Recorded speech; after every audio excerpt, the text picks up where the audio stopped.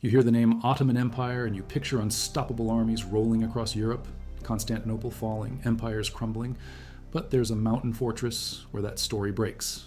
Spring 1466. Sultan Mehmed II, conqueror of Constantinople, personally marches 100,000 men into Albania. His target sits 600 meters up a rocky slope, Cluj Castle. Inside those walls, roughly 4,400 Albanian defenders under Tanış Thopia wait. Outside, Skanderbeg, the man who defected from the Ottoman army 23 years earlier, commands maybe 8,000 mobile fighters. Do the math, 25 to 1 odds. Mehmed has cannons, siege engineers, unlimited supplies streaming from 3 continents. The Albanians have stone mountain passes, and a leader who learned every Ottoman tactic from the inside. What happens when overwhelming force hits calculated defiance? Who breaks first? But insurance policies run both ways. Around 1423, the Ottomans took Gheorghe as a hostage under the Devshirme system, not a prisoner, a future weapon. They sent him to Edirne military school, converted him to Islam, gave him a new name, Skanderbeg, Lord Alexander. The comparison to Alexander the Great wasn't modesty. This kid could fight. For 20 years, he led Ottoman cavalry, won battles in Syria, crushed rebellions in the Balkans, rose to Sanjak Bey of Dibra by 1440. He knew Ottoman command structure, logistics, weaknesses. He knew how they thought. Rides straight to Cluj, arrives November 28. Uses a forged letter from Sultan Murad to the garrison commander. The gate opens. Skanderbeg takes the castle without a fight. Raises a red flag with a black double-headed eagle. Same flag Albania flies today. He doesn't stop. Captures Petrella, Prez, Guri, Ibarda, Svetigrad, Modric. Converts back to Christianity. Declares himself heir to the Balsha family to legitimize control over former Zitan territories. By March 2nd, 1444, he's got every major Albanian prince and chieftain in the Venetian-held town of Lecce. They form the League of Lecce. Skanderbeg gets elected captain general. Now he's got a confederation. Problem is, confederations splinter. He commands 10 to 15,000 fighters total. Only 4,000 follow his direct orders. The rest answer to their own lords first. Recently as 1 week ago in December 2025, and specialized academic sources like Grokopedia's detailed fortress analysis and siege documentation published throughout 2024 and 2025. These aren't surface-level sources, and these are primary chronicle references, archaeological surveys, and Ottoman administrative records cross-checked against Albanian oral histories. Now, back to the information. Summer 1444, first test. Ottoman General Ali Pasha marches into Albania with 25 to 40,000 men. Heading for Cluj, Skanderbeg meets him at Torviol, a plain in Lower Dibra, 11 kilometers long, 5 kilometers wide. Hills and forests on all sides. June 29th. Skanderbeg splits his army, 8,000 cavalry, 7,000 infantry. He hides 3,000 cavalry under Hamza Castrioti in the forests behind Ottoman lines. The rest form a crescent at the base of the hills. Ali Pasha sees the numbers and laughs. His men descend into the plain confident. Skanderbeg feigns retreat. The Ottomans chase, they spread out. Then Skanderbeg signals. The hidden cavalry hits them from behind. The crescent closes. The Ottomans are trapped in the gorge. Between 8 and 22,000 Ottoman dead, depending which chronicle you trust. 500 to 2,000 captured. Albanian losses range from 100 to 4,000. Either way, it's a massacre. First time an Ottoman army gets crushed in a pitched battle on European soil in decades. Pope Eugenius IV hears about it. Calls for a new crusade that autumn. October 10th, 1445, Mountain Mokra. Turkish commander Firuz leads 12,000 cavalry up a brutal climb.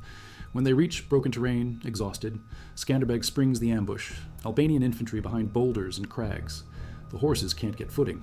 Skanderbeg's men kill the mount's first, riders second. Firuz dies along with 1,500 of his troops. March 1452, near Skopje. Night battle. Skanderbeg personally lances the Turkish commander. April 22, 1453, Palog Valley. Cavalry charge during a storm. The Ottoman camp collapses into chaos. He's not winning through superior numbers. He's winning through terrain, timing, and the fact that he spent 20 years learning how Ottomans fight. His son Mehmed, future conqueror of Constantinople, commands part of the force.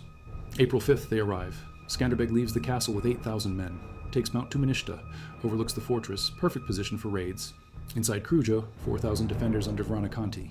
The Ottomans settle in for siege. They try mining the walls. Kruja sits on solid rock. The tunnels collapse. They bombard with cannons. The walls hold. Food runs low on both sides. Venice supplies both armies. Business is business. Skanderbeg raids the Ottoman camp repeatedly, cuts supply lines. Moisey Galemi and Tanush Thopia raise a few thousand more fighters. They coordinate attacks. The Ottomans can't sleep, can't forage, can't move without ambush. Disease spreads. By September, the Ottoman camp is falling apart. Murad calls a council of generals. Decision, withdraw, 6 months of siege. 20,000 Ottoman dead. The castle didn't fall. Murad dies that winter in Edirne. His son, Mehmed, takes the throne. First thing Mehmed does is conquer Constantinople in 1453. Then he remembers Albania. While battling Ottomans, he's also at war with Venice over Dagenham Fortress. Venice wants it. Ducagini family claims it. He besieges coastal Venetian towns. Republic offers 100 golden ducats annually for his assassination. Then Venice invites Ottomans to attack from the east. Two-front war. Controls the route between Macedonia and Albania. Lose Svetigrad, Ottomans get easy access. Skanderbeg can't afford two-front fight. July 23rd, he crosses Drin River with 10,000 men. Meets Venetian force of 15,000 under Daniele Eurici. 2/3 of Venetian army are Albanian countrymen. He tells his men show leniency, fellow Christians. Albanian archers pour fire into Venetian pikemen. Skanderbeg's cavalry dominates. He breaks through. Full rout. 2,500 Venetian casualties. 1,000 captured. 400 Albanian losses. October 4th, peace treaty. Venice keeps Dagenham but cedes surrounding territory. Mehmed proposes abandoning Svetigrad to strike Cluj. Murad refuses, commits to starving the garrison. Late July, water supply cut. Ottomans likely found and cut external sources. Garrison can't hold? Perlati negotiates surrender for safe passage. Mehmed suggests promising passage, then massacring them. Murad rejects it, fears intensifying rebellion. July 31st, 1448, Svetigrad surrenders. Murad stations janissaries, repairs walls. Perlati's men come to Skanderbeg. He pardons them, thanks them for holding out. Strategic disaster. Ottomans control the Macedonian pass. Ottoman relief force approaches. 45,000 troops. Skanderbeg returns, but subordinates make errors. Albanian force caught between garrison and relief army. Disaster. One of his worst defeats. Siege fails. Trusted officers defect. Moisey Arianit Golemi switches sides. Moisey loses Debar. Flees to Skanderbeg at Cluj. Begs forgiveness. Pardoned. Stays loyal until 1464.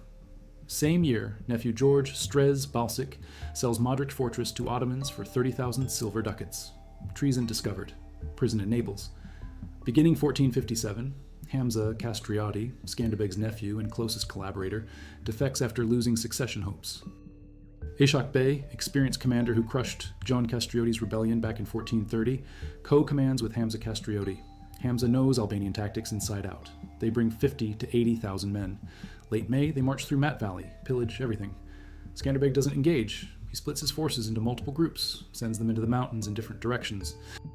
Tells them to stay hidden, keep supplied by locals, wait for the signal. July? August? No sign of Skanderbeg. Rumors spread. The Venetians in duress say he fled. His men betrayed him. Ishak Bey camps at Albalina, south of modern Lac, surrounded by protective hills with guards posted. They wait. Skanderbeg stays in the mountains. Meanwhile, he sends Gheorghe Pietri to Rome, tells Pope Calixtus III that Albania is conquered, send help. Psychological warfare, make everyone think he's beaten. September 2nd, Skanderbeg gives the order. His scattered forces regroup. They hit the Ottoman camp at Albalina in a coordinated surprise attack. 15 to 30,000 Ottomans killed or captured. Hamza gets sent to Naples in chains. Ishak Bey barely escapes. It's Skanderbeg's most brilliant victory. Also marks the high point. After this, the invasions get fiercer. If you value documented resistance history like this, subscribe. Comment what you think would have happened if Skanderbeg had lost at Albalina. This research pulls from the Battle of Albalina Wikipedia article, updated 1 week ago, the Albanian-Ottoman Wars documentation, and multiple siege accounts from Ottoman chronicler Kemal Pashazadeh and Byzantine historian Kritoblis cross-referenced against archaeological finds at Cluj.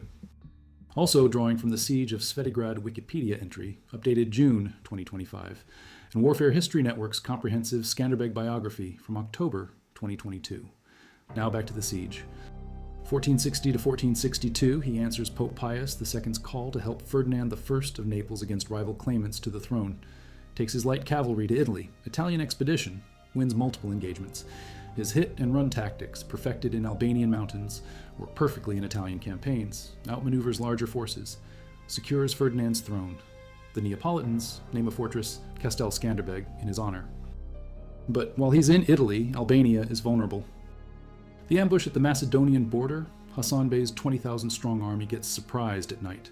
Albanian forces set the camp ablaze, capture Hassan himself. The defeat at Tetovo, Yusuf Bey's army suffers heavy losses, retreats. The standoff with Karazirik Pasha, Skanderbeg's former Ottoman commander, tries provoking him into open battle. Skanderbeg uses the mountains, forces a stalemate. By end of August, all three Ottoman armies repelled, cementing his reputation as unbeatable. But the cost is mounting. Years of warfare devastate Albanian agriculture, internal divisions threaten the League. 1463, Mehmed offers a 10-year truce. Skanderbeg accepts reluctantly. His people need time to recover. Mehmed II sees the opening. He signs peace with Hungary and Venice to isolate Albania. Then he plans something different, not just another siege. Total devastation. Spring 1466, 2 Ottoman columns invade. One through the Shkumen Valley, one through Black Drin Valley. Orders are clear. Massacre civilians. Burn every village that resists. Destroy the economy. Break the will. Mehmed brings between 100,000 and 150,000 troops. Janissaries, Sipahis, artillery units. He advances along the Via Egnatia road. Mid-July, he reaches Kruj. The castle itself, built 5th or 6th century by Byzantines, has thick stone walls, watchtowers, a main gate facing west. From the walls, you can see the Adriatic Sea on clear days. The surrounding terrain is steep ravines, forest, broken ground. Wagon trains struggle. Cavalry can't maneuver. Supply lines stretch thin. That's the design. Skanderbeg chose this ground deliberately. Inside the castle, Skanderbeg places 4,400 men under Tanish Thopia, according to Marin Barletti, his main biographer. Some sources say the garrison ranged from 1,500 to 2,000, with another 1,000 Venetian infantry under Baldassare Perducci and 200 Neapolitan marksmen. Numbers vary. What doesn't vary is they're outnumbered at minimum 20 to 1. Skanderbeg stockpiles grain, ammunition, provisions. Enough for months of isolation. Natural springs provide water. The fortress has been reinforced. Satellite strongholds like Modric and Petrella are supplied and manned. Skanderbeg doesn't plan to meet Mehmed in open battle. He plans to bleed him dry. His engineers erect stone fortifications called Modava at elevated points to dominate the terrain and block relief columns. He positions heavy cannons, begins bombardment. Grand Vizier Mahmud Pasha handles logistics. Hadim Yaqub Pasha runs frontline operations. They plan encirclement and attrition, starve them out. Meanwhile, Mehmed sends detachments into the valleys. Kamal Pashazadeh, the Ottoman chronicler traveling with the army, writes they killed everyone captured alive, burned everything, took women and children as slaves. The plunder was so massive, heavily burdened horses died on the way to Istanbul. Critobulus, the Byzantine chronicler also present, writes Albanians preferred death over Ottoman capture. They fought from mountaintops. Ottoman light infantry climbed up, cornered them behind cliffs. Many Albanians jumped rather than surrender. Survivors were enslaved. His men live off the land supplied by locals using hidden depots. The Ottomans depend on long supply lines from Edirne, vulnerable to interdiction. Disease starts spreading in the Ottoman camps. Dysentery, seasonal outbreaks. Men die without ever seeing combat. By August, Mehmed is convinced Kruj won't fall by force. He leaves 18,000 cavalry and 5,000 infantry under Balaban Badera, Sanjak Bey of Ohrid. Albanian raised in the Ottoman Devshirme system, same as Skanderbeg. Mehmed withdraws the main army, rides to Durazzo, pillages the area in rage. Before leaving Albania, he deposes Dorotheos, Archbishop of Ohrid, and expatriates him with his clerks, boyars, and many Ohrid citizens too. Istanbul. Punishment for anti-Ottoman activities, supporting Skanderbeg during the campaigns. Appeals to Ferdinand I of Naples reminds him of alliances from Skanderbeg's 1460 to 1462 expedition when he helped Ferdinand secure his throne. Pope Paul provides 300 ducats for Skanderbeg's stay in Rome. Ferdinand grants 1,000 ducats, 300 carts of grain, 500 more ducats for troop support. Promises, not armies. The West is done fighting Ottomans after Constantinople fell in 1453. Venice sends 1,000 ducats to its governors in Albania, but says they're already struggling with Ottoman threats in Dalmatia and the Aegean. Can't recruit new soldiers. Financial trouble. Shortages. Albanian marksmen target officers. Morale crumbles. April 23rd, 1467, Skanderbeg returns. His forces attack the remaining Ottoman positions. Balaban's army gets annihilated. Balaban himself is killed by Albanian gunfire. Skanderbeg enters Kruj. Victory. But Mehmed leaves something permanent. He orders construction of a fortress in central Albania to counterbalance Kruj and form a base for future campaigns. Elbasan, built on a field called Jundi in Shkumen Valley. According to Kemal Pashazadeh, construction took 1 month because resources were gathered beforehand. Franz Babinger, German historian, believes work began July 1466. Several hundred men garrisoned the new fortress. Mehmed organizes a Timar in eastern Albania, places new Ottoman possessions under Sanjak of Debra administration. He's not giving up. He's building infrastructure for the long game. Mehmed shifts strategy. He's done with frontal assaults. Now it's territorial encirclement. Reinforce outposts like Elbasan, raid Albanian farmlands, destroy crops, undermine supply lines, erode support from Venice and Naples, isolate the resistance, let economics do the killing. He redirects major forces toward Bosnia, and the Morea eases direct pressure on Albania, temporary. He never saw the final Ottoman withdrawal from that last campaign. His death shatters the League of Lege. Without centralized leadership, feudal lords fragment. Lekadukagini tries to hold it together. Albanian resistance continues another 10 years. 1478, Cluj finally falls. Ottoman pashas systematically overrun the scattered strongholds. By 1501, Albania is fully absorbed into the Ottoman Empire. 1466. What if that 100,000 actually broke through? What if the 4,400 defenders cracked? What if Skanderbeg's mobile force got crushed in one of those raids? Southern Italy faces direct invasion. Ferdinand of Naples, already shaky, gets crushed. The Pope has nowhere to hide. Maybe Mehmed moves on Rome itself. Without Albanian resistance, draining resources and men for 2 decades, Ottoman expansion accelerates west. Hungarian defenses under Matthias Corvinus, already pressured, face double the force. The entire European balance shifts. 4,000 men in a mountain castle, backed by 8,000 raiders in the peaks, held off 100,000 Ottoman troops for nearly a year. Mehmed, who conquered Constantinople at age 21, who crushed the Byzantine Empire, who defeated Serbian, Wallachian, Hungarian armies, couldn't take a single Albanian fortress. Not in 1450 under his father, not in 1466 under his own command. Not until after Skanderbeg died, and even then it took another decade. And every supply convoy trying to reach the Ottoman camps has to climb through mountain passes, where Albanian raiders wait. The Ottomans bring more men, they need more food, more water, more ammunition. The logistics become impossible.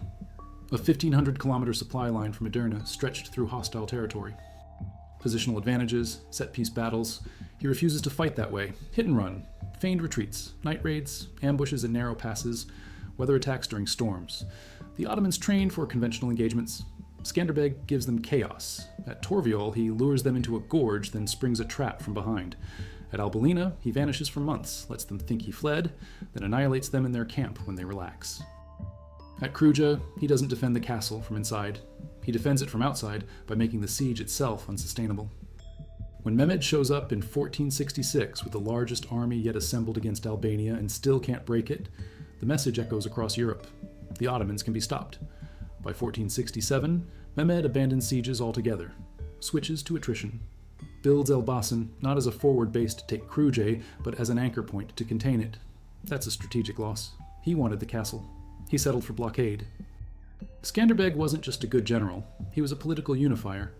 The League of Lege held together because he convinced rival princes their survival depended on cooperation. Gheorghe Arianiti, Paldukagini, Andrea Thopia, Leke Dushmani, Theodore Corona Musaci, Peter Spani, Leke Zaharia, Pal Strez, different clans, different interests. Skanderbeg got them to function as one. When they defected, like Moise Golemi in 1456, leading 15,000 Ottomans back against him, Skanderbeg defeated them, then pardoned them. Moise stayed loyal until his death in 1464. When his own nephew Hamza betrayed him in 1457, Skanderbeg still won. Leadership isn't just battlefield command, it's coalition management under extreme pressure for 25 years straight. What Mehmed faced at Cluj wasn't just a castle, it was a fortress system integrated with mobile guerrilla forces exploiting mountain terrain defended by a commander who knew Ottoman weaknesses better than most Ottoman generals. The numbers didn't matter. 20-to-1 odds mean nothing when the 20 are strung across 50 kilometers of supply line and the one controls the high ground. Excavations at Cluj show phases of hurried reinforcement matching Ottoman campaign seasons. Survey projects in Dibra reveal chains of fortifications and signal points, more complex than previously mapped.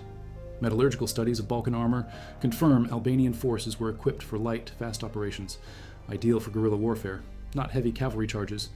The archaeology shows a defensive network prepared years in advance. When Mehmed arrived in 1466, he wasn't facing improvisation. He faced a system built to bleed armies dry. the expatriation orders for Archbishop Dorotheos and Ohrid citizens. Marin Barletti's Historia de Vita et Gestis Skanderbegi, written around 1510, provides detailed accounts of battles, troop numbers, tactics. He was contemporary, writing within living memory. Ottoman chroniclers like Kemal Pashazadeh confirmed the campaigns from their side. Critobulus, traveling with Mehmed, describes the Albanian resistance. Multiple sources, different perspectives, same conclusion: the sieges failed. Then he leaves 23,000 under Balaban and withdraws. That's not victory, that's cutting losses. The following year he tries once more, even more half-heartedly. Few days of siege, then retreat. By 1467, Mehmed accepts he cannot take Cluj by storm. Every siege costs 10 to 20,000 casualties minimum, according to various chroniclers, maybe more. Disease and ambush attrition rates were brutal. The mountain winter of 1466 into 67 killed Ottoman soldiers through exposure, frostbite, supply failure, constant raids preventing sleep and resupply. Outside made the Ottoman position worse. Defensive sieges, when done right, favor the defender if resupply and morale hold. Cluj's elevation and fortress design, combined with Skanderbeg's external operations, created a situation where the besiegers suffered more than the besieged. Contemporary sources estimate an army of 100,000 needs approximately 200,000 pounds of grain per day. That's 100 tons, plus fodder for horses and pack animals, water for men and beasts, ammunition for cannons and arquebuses, medical supplies, firewood for cooking and warmth. All of this traveling 1,500 kilometers from Edirne through hostile territory where every mountain pass is an ambush. The Ottomans established supply depots along the Via Egnatia, but Skanderbeg's raiders hit them constantly. Convoys needed heavy escort. That ties up combat troops for logistics duty, reduces effective fighting force. Meanwhile, defenders inside Cluj drink from natural springs, eat from stockpiles prepared months in advance, and use ammunition sparingly because they're not attacking, just defending. Disease mathematics also favored defenders in mountain sieges. Ottoman camps stretched across 3 positions surrounding Cluj, housed tens of thousands in close quarters. Dysentery spreads fast, so does typhus, contaminated water sources, poor sanitation, bodies not properly buried because ground is rocky. Summer heat in the valleys breeds mosquitoes. Malaria, same disease that eventually kills Skanderbeg, ravages Ottoman ranks. Winter brings different killers: exposure, frostbite, respiratory infections. The 1466 to 67 winter was particularly harsh, according to multiple chronicles. Ottoman soldiers sleeping in tents on frozen ground, while Albanian defenders sleep in stone buildings with roofs and hearths. Garrison might be cramped, but they're dry and relatively warm. The besiegers freeze. The Albanians are defending their homeland. Every day they hold is a victory. The Ottomans are far from home, besieging a fortress that's already defeated 2 previous Ottoman attempts. They know the history. They know Murad failed here in 1450. They're wondering if they'll fail too. Skanderbeg's night raids amplify this. Ottoman sentries get throats slit quietly. Camps wait to find guards dead, supplies missing, horses hobbled. No pitched battle, just constant low-level terror. Can't sleep, can't relax, always on edge. Meanwhile, Mehmed sits in his command tent watching his army slowly dissolve through attrition without ever achieving breakthrough. That grinds leadership morale. When the Sultan himself admits the fortress won't fall and withdraws in August 1466, that's not just tactical retreat, that's psychological defeat. Consider the alternative timeline. If Mehmed takes Cluj in 1466, Albanian resistance collapses immediately. No 10-year continuation, no Battle of Oranik, no diplomatic missions. The League of Leges fragments without its anchor. Skanderbeg either dies in that final battle or flees to Italy, becomes an exile, dies there unremembered. Mehmed consolidates Albania by 1467, uses it as a base to invade Italy in 1468 or 69. Venice has no time to prepare defenses. The Italian peninsula faces Ottoman armies, while still divided between city-states. Ferdinand of Naples falls. The Papal States are overrun. Maybe Florence or Milan buy peace with tribute. Maybe not. Rome falls to Islam for the first time since, the 8th century? The Reconquista in Iberia becomes meaningless if the Ottomans hold Italy. Christianity as a continental force gets boxed into France, Germany, and Poland. The Habsburgs face 2-front pressure. The Reformation in 1517 happens under Ottoman shadow, or it doesn't happen at all because there's no secure Protestant north. European colonization of the Americas gets delayed or redirected as resources go to defense. The entire modern world looks different. Bombards the walls for weeks, finds weak points, exploits them. 53 days, the city falls. May 29th, 1453, Ottoman troops pour through breached walls. Emperor Constantine XI dies fighting in the streets. Byzantium ends. Mehmed is 21 years old, becomes Mehmed the Conqueror. That victory establishes his reputation. But 13 years later at Cluj, same Mehmed, older, more experienced, more resources, can't break a smaller fortress with fewer defenders. Why? Constantinople's walls were stronger, but its position was vulnerable. Cluj's walls are adequate, but its position is nearly perfect. Geography beats engineering. Mehmed, wounded by an arrow, withdraws, but Belgrade sits on a river plain accessible by Ottoman galleys. Supply easier than Cluj. Still fails because Hunyadi's defense and Hungarian relief force break the siege.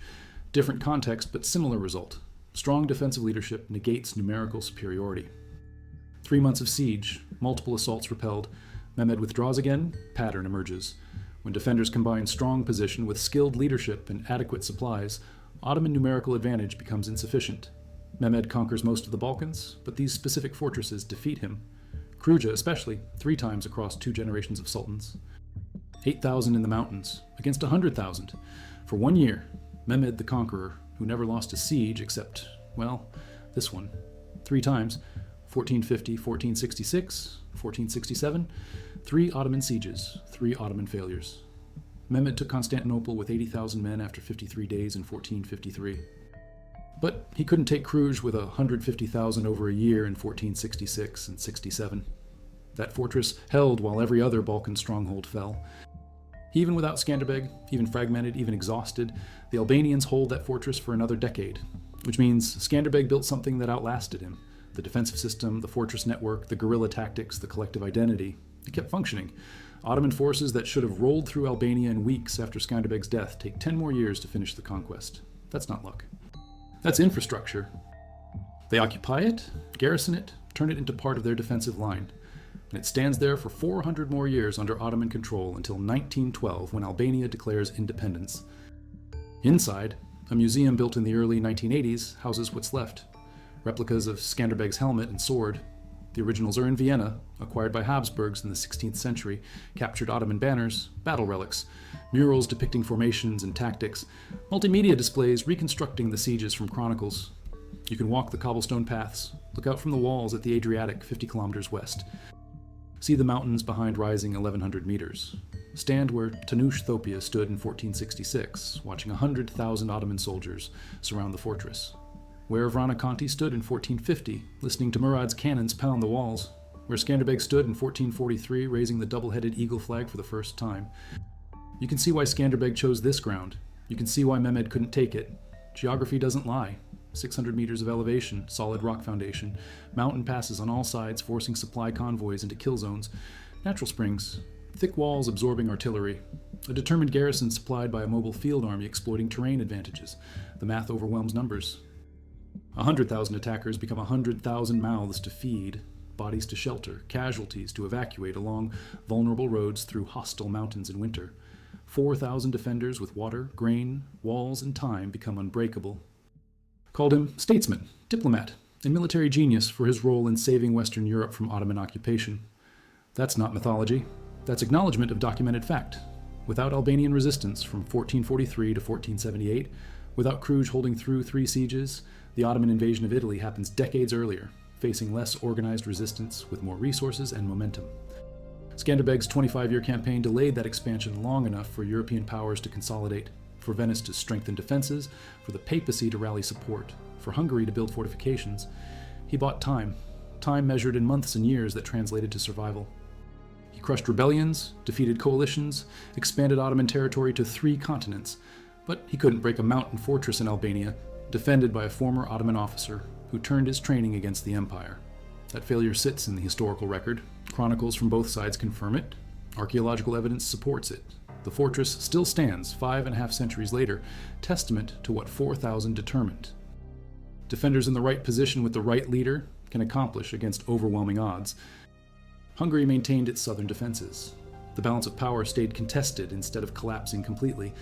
And in a fortress 600 meters up a rocky slope in central Albania, 4,000 men proved that numbers alone don't win wars. Terrain, tactics, leadership, preparation, and an understanding of your enemy's weaknesses matter more than size.